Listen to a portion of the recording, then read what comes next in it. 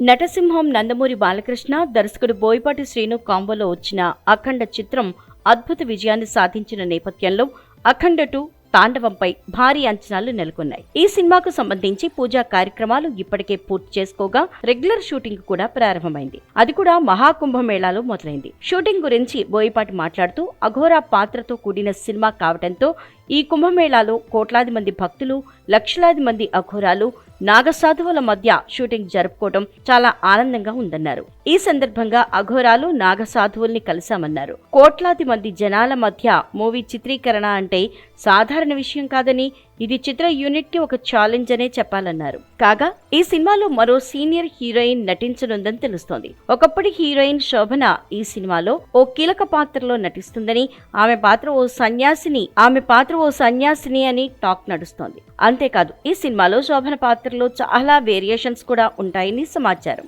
ఇప్పటికే పలు కీలక పాత్రలలో ఇతర భాషల నటీనటుల్ని తీసుకోవాలని మూవీ మేకర్స్ ఫిక్స్ అయినట్లు తెలుస్తోంది.